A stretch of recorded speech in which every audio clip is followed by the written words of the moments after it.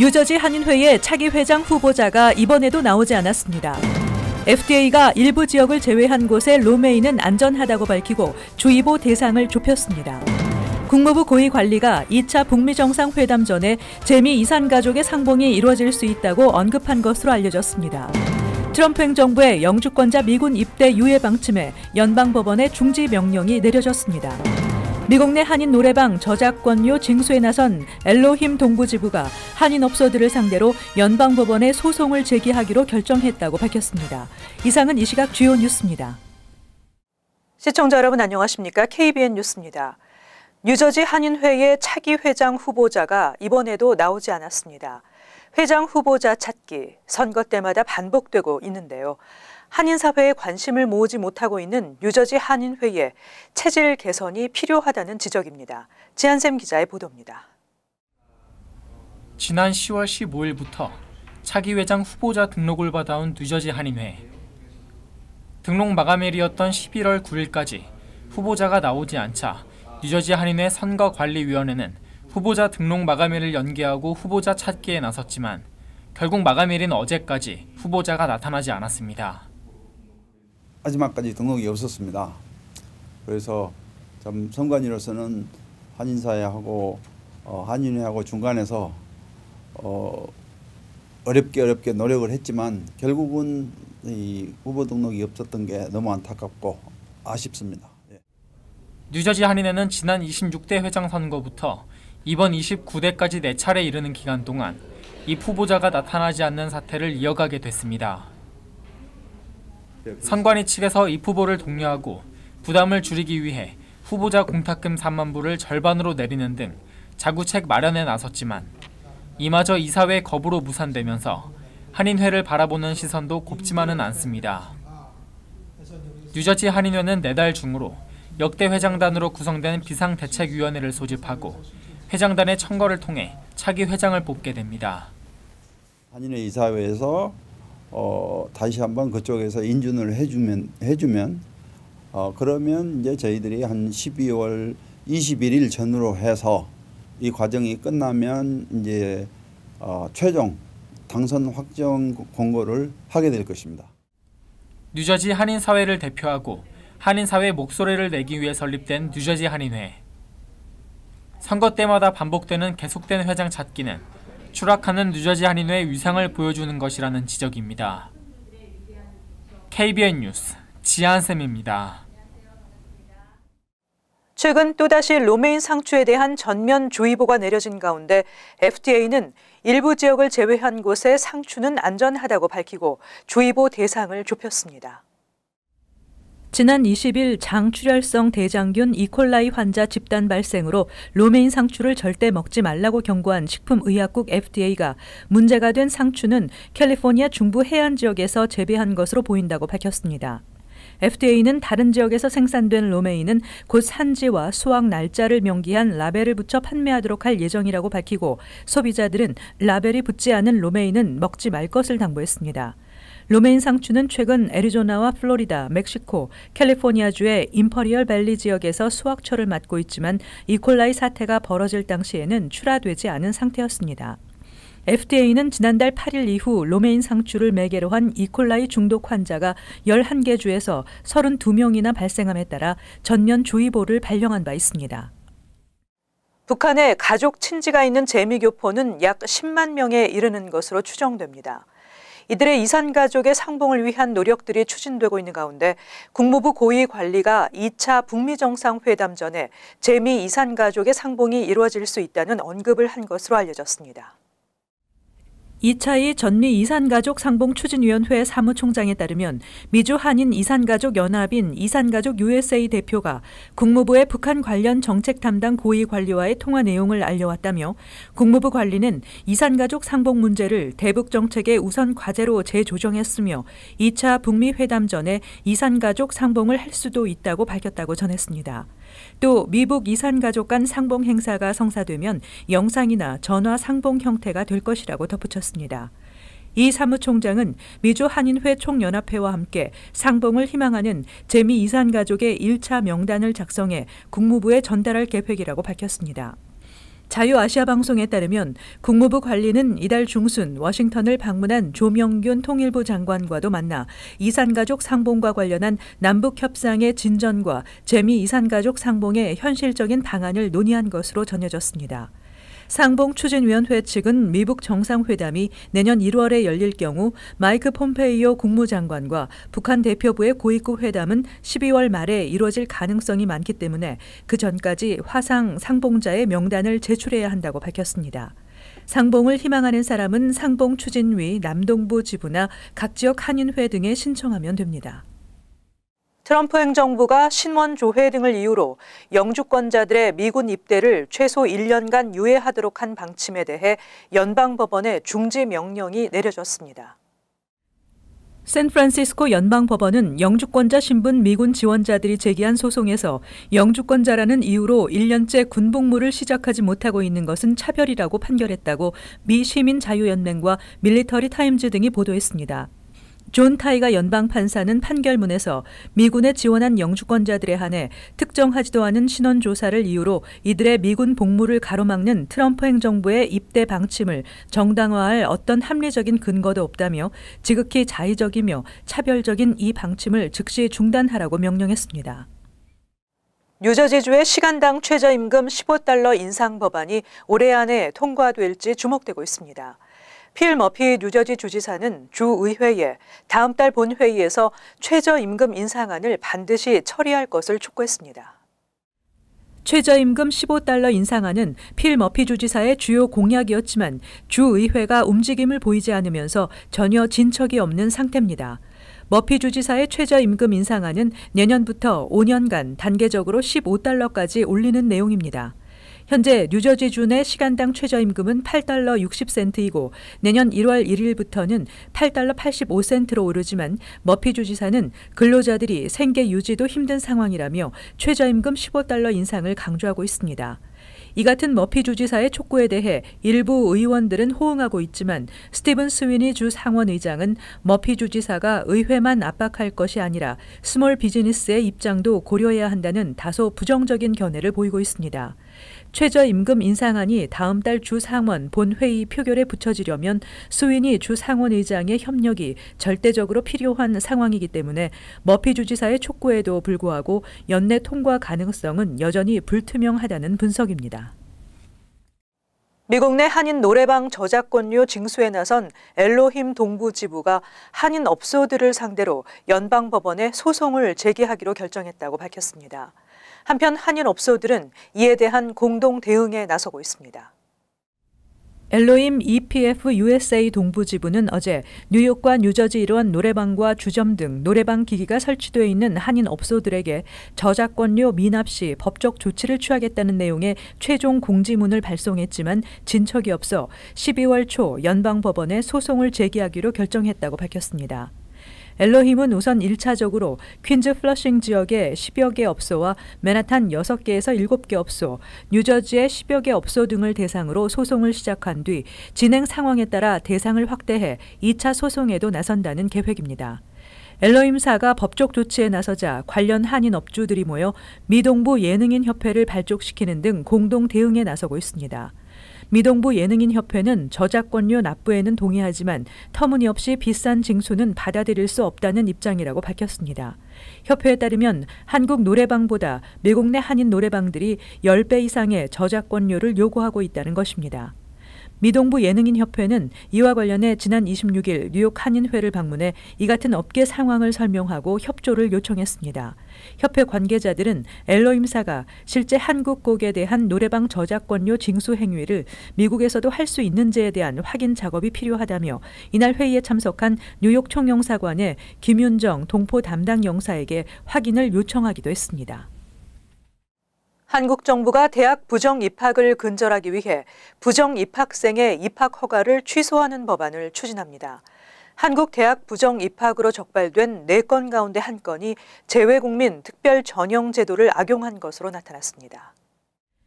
신경민 더불어민주당 의원은 재외국민 특별 전형을 포함해 대학 부정 입학생의 입학 허가를 취소하는 내용의 고등교육법 일부 개정 법률안을 발의했습니다. 신 의원은 대학 입학 전형 자료에 허위 기재 등 부정 행위가 있을 경우 대학의 장이 입학 허가를 취소하도록 하는 근거 규정을 고등교육법을 통해 마련했다고 밝혔습니다. 교육부 자료에 따르면 2003년부터 올해까지 대학 부정 입학 취소 사례는 209건으로 이중 합격이 63건으로 가장 많았고 재외국민 전형 부정 입학 58건, 서류 위변조 34건 등이었습니다. 신 의원은 재외국민 특별 전형 응시생의 부모들은 주로 재외공관이나 해외 지사 등에 근무하는 공무원이나 공기업, 민간기업 종사자라며 비교적 환경이 좋은 응시생들이라고 설명했습니다. 한편 국민권익위원회는 지난 2013년 일반 전형으로는 주요 대학이나 자신이 원하는 대학에 입학하기가 어려운 학생들이 외국에 나가 추가로 현지 학교를 다니고 자격 요건을 갖춰 특별 전형으로 입학하는 사례가 다수 발견되는 등 부정 입학이 이어지자 특별 전형 관리에 대한 평가제도 강화를 권고했습니다. 이에 한국대학교육협의회는 오는 2021학년도 대입부터 재외국민, 외국인 특별 전형의 지원 자격을 외국에서 고등학교 1학년을 포함한 중고교 3학년 이상을 이수한 학생 등으로 대폭 강화했습니다. 설창 앤드류 박 장학재단 주최 제1회 작곡가대회에서 조셉 리, 김준영 씨가 영예의 작곡가상을 수상했습니다. 오는 12월 16일 맨하탄 링컨 센터 멀킨 콘서트홀에서 수상자들을 위한 기념 콘서트가 개최됩니다. 설창 앤드류 박 장학재단이 주최한 제1회 작곡가대회에서 작곡가상을 수상한 조셉 리 씨는 메조소프라노, 오보에, 바이올린, 하프를 위한 디초토미를, 김준영 씨는 메조소프라노, 클라리넷, 플룻, 바이올린, 첼로를 위한 염원을 각각 작곡했습니다. 수상작들은 독립운동가이면서 시인이었던 이육사의 시, 교목과 호수를 소재로 그의 정신을 가장 잘 표현했다는 평가를 받았습니다. 앤드류 박 변호사는 한국의 얼과 문화가 깃든 우수한 시를 바탕으로 이를 가장 잘 표현해내는 작곡가와 작품을 발굴하기 위해 대회를 열었다고 취지를 밝히고 이를 통해 한국 문화를 세계에 알리려 한다고 밝혔습니다. 앤드류 박 장학재단은 지난 2012년부터 차세대 인재를 발굴해 지원하기 위해 매년 장학금을 지원하고 있습니다. 맨하탄 차이나타운에서 주차하려던 차량이 갑자기 가속이 붙은 채 인도로 돌진해 1명이 사망하고 6명이 부상을 입는 사고가 발생했습니다. 26일 오후 6시 50분쯤 맨하탄 차이나타운에서 70세 남성이 자신의 도요타 미니밴을 주차하기 위해 후진하려다 차량이 인도로 돌진해 행인들을 치어 1명이 숨지고 6명이 부상을 입었다고 뉴욕시 경찰이 밝혔습니다. 경찰은 운전자가 어떤 이유로 차량의 통제력을 상실했는지에 대해 조사 중입니다. 이 차량 돌진 사고로 당시 길을 걷고 있던 퀸즈에 거주하는 56세 중국인 남성이 사고 현장에서 목숨을 잃었고 4명은 병원으로 옮겨졌으며 이 중 2명은 중태이고 다른 2명도 심하게 다쳐 치료 중입니다. 또 다른 2명은 경미한 부상을 입었습니다. 뉴욕타임즈에 따르면 목격자들은 미니밴 운전자가 주차를 하려고 도로변 빈 공간으로 차를 몰고 들어갔는데 갑자기 가속이 붙은 차량이 도로변 과일 판매 행상에 카트 2개를 친 뒤 벽을 들이받고 멈춰섰다고 전했습니다. 지난해 타임스퀘어에서는 차량이 길 가던 행인들을 덮쳐 여성 1명이 숨지고 12명이 다치는 사고가 발생하기도 했습니다.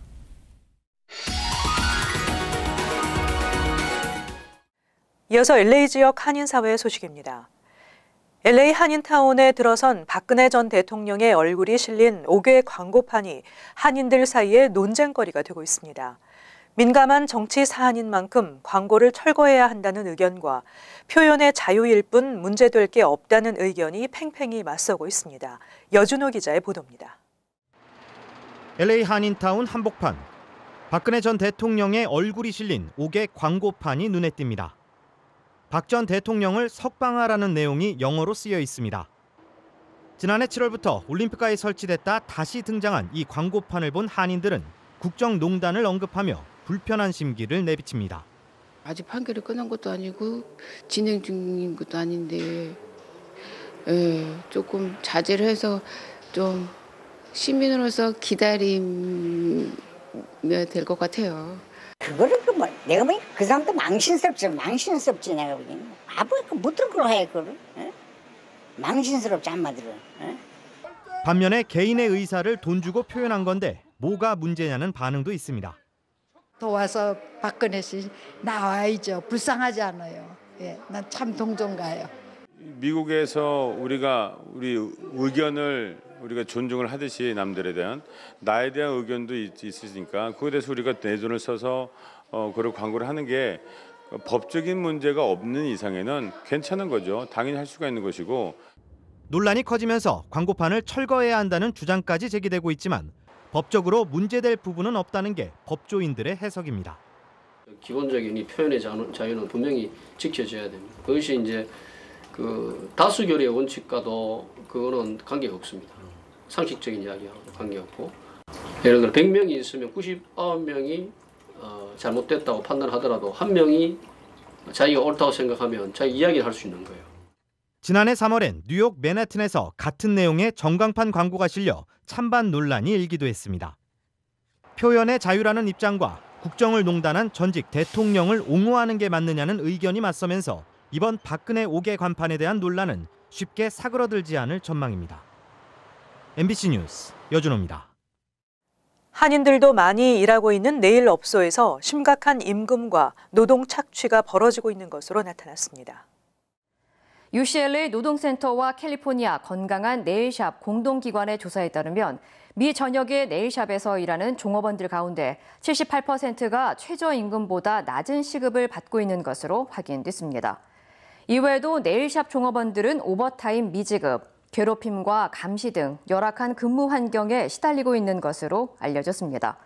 특히 전문가들은 미국 내 네일샵 업주와 직원 가운데 80% 가까이가 이민자인 만큼 노동법을 제대로 알지 못한 경우가 많다며 모든 이발소, 미용실, 네일샵 내에는 각국의 언어로 된 근로자 권리와 노동법 정보를 제공하는 게 중요하다고 강조했습니다. 이어서 간추린 소식입니다. 쿠오모 주지사는 게이트웨이 프로젝트와 관련해 내일 워싱턴 DC에서 대통령과 일레인 차오 교통부 장관을 만나 연방정부 지원 문제에 대해 논의할 것이라고 밝혔습니다.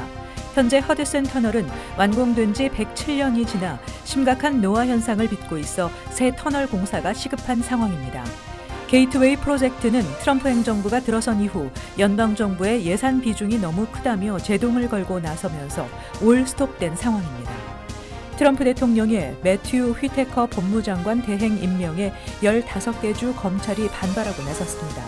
바바라 언더우드 뉴욕주 검찰총장과 13개 주 검찰총장들이 함께 휘테커 대행의 권한 정지를 요청하는 법정 의견서를 연방법원에 제출했습니다.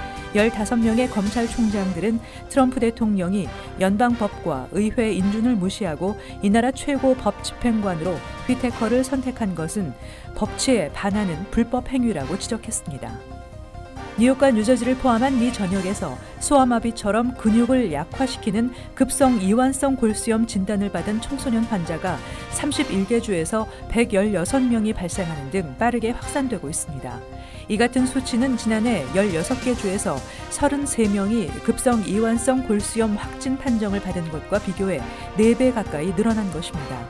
환자의 90%는 18살 이하 청소년이었으며 평균 연령은 4살로 나타났습니다. 앞으로 뉴욕시에서 한민족 최대 명절인 설날 전날에는 요일별 도로 교대 주차 적용이 유예될 것으로 보입니다.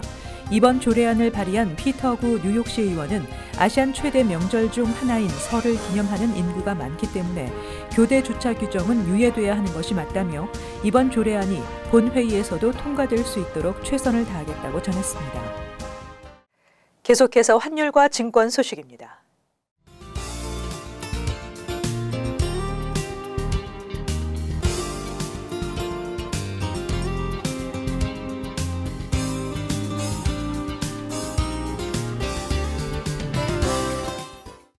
끝으로 날씨 전해드립니다. 목요일 대체로 맑겠습니다. 낮 최고 기온은 45도, 섭씨 영상 7도, 밤 최저 기온은 33도, 섭씨 영상 1도 예상됩니다. 금요일 대체로 흐리고 오후에 비가 예상됩니다. 토요일 역시 대체로 흐리고 곳에 따라 비가 내리겠습니다. 이상으로 KBN 뉴스를 마칩니다. 시청해주신 여러분 고맙습니다.